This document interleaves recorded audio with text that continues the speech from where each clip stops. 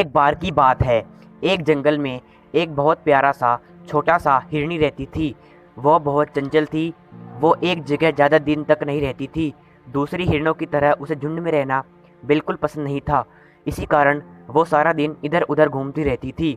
एक दिन वो हिरनी घूमते घूमते नदी किनारे आ पहुंची। उसने सोचा कि अब वह बहुत थक चुकी है, तो उसने सोचा कि अब वह थोड़ा पानी पीकर बड़ी किनारे आराम कर ले। तभी एक शिकारी ने झाड़ियों के पीछे से छुपकर उस हिरनी को देख लिया। हिरनी को शिकारी को देखकर बहुत डर गई। शिकारी को देखकर हिरनी वहां से भागना शुरू कर दी। कुछ दूर जाने के बाद हिरनी को एक मकई का पेड़ दिखा।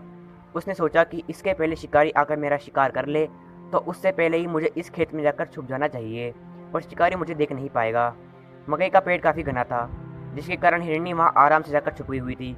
शिकारी ने उसे बहुत खोजा पर वह नहीं मिली। बहुत देर तक खोजने के बाद हिरनी नहीं मिली तो वह शिकारी बहुत थक चुका था। हिरनी ने सोचा कि अब वह बच जाएगी और उसे सोचा कि अब तो शिकारी चला गया होगा।